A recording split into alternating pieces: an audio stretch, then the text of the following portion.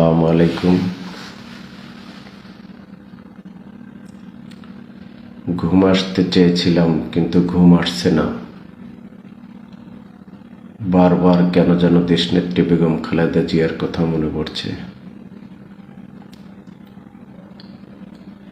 কিছু মানুষ দেশনেত্রী বেগম খালেদা জিয়া যে হসপিটালে, ওই হসপিটালে গিয়ে ভিড় করছে। আপনাদেরকে বারবার অনুরোধ করা হচ্ছিল আপনারা হসপিটালের সামনে যাবেন না, কিন্তু অনেকে ওখানে গিয়ে ভিড় করছেন। এটা ঠিক না। দেশনেত্রী বেগম খালেদা জিয়া কেমন ছিল এটা বলার ভাষা আমি ব্যক্তিগত রাখি না,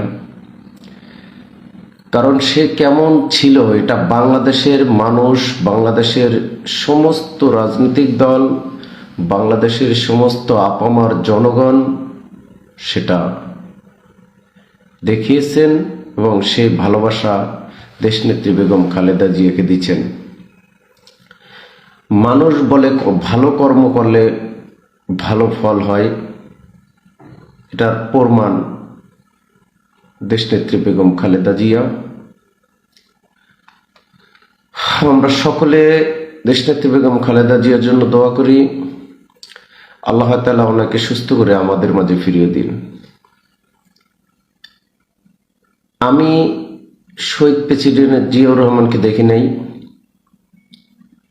আমি দেশনেত্রী বেগম খালেদা জিয়াকে দেখেছি এবং ওনার পিছনে অনেক রাজনৈতিক মিছিল, সভা সমাবেশ, অনেক কিছু ওনার নেতৃত্বের জায়গা থেকে করছি।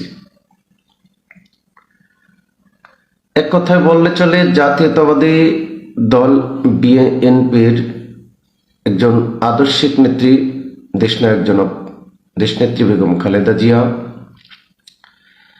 আমি ধন্যবাদ জানাই যে গণতন্ত্রের জন্য উনি ওনার জীবনের সমস্ত সময়টা, সমস্ত বয়স, যৌবন দিয়ে দিয়েছেন।